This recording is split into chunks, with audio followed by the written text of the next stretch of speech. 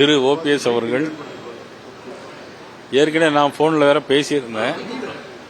ஆனால் அவங்க என்ன முடிவு எடுத்தாங்கங்கிறது தெரியல. ஆனால் இன்னைக்கு அப்போ வெளியே போகிறதாக ஒரு அறிவிப்பு வந்திருக்கு.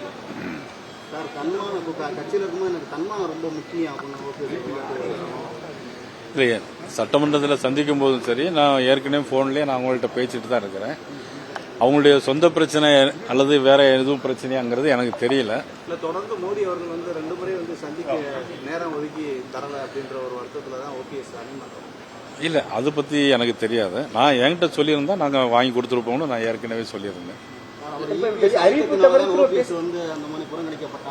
என்னங்க, இல்லை அப்படி ஒன்றும் கருத்து அறிக்கை வெளியிட்ட பிறகு திரும்ப அவரை தொடர்பு கொண்டு எதுவும் இணைக்கிறதுக்கான பேச்சுவார்த்தை எதுவும் நடக்குதா சார்?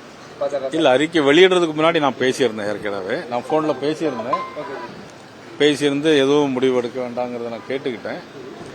திரு டிடிவி தினகரன் அவர்களிடம் நான் பேசியிருக்கிறேன். இல்ல நீங்க கேட்டுக்கிட்டு இருந்தோம், ஏன் அப்ப அந்த முடிவு எடுத்தாரு?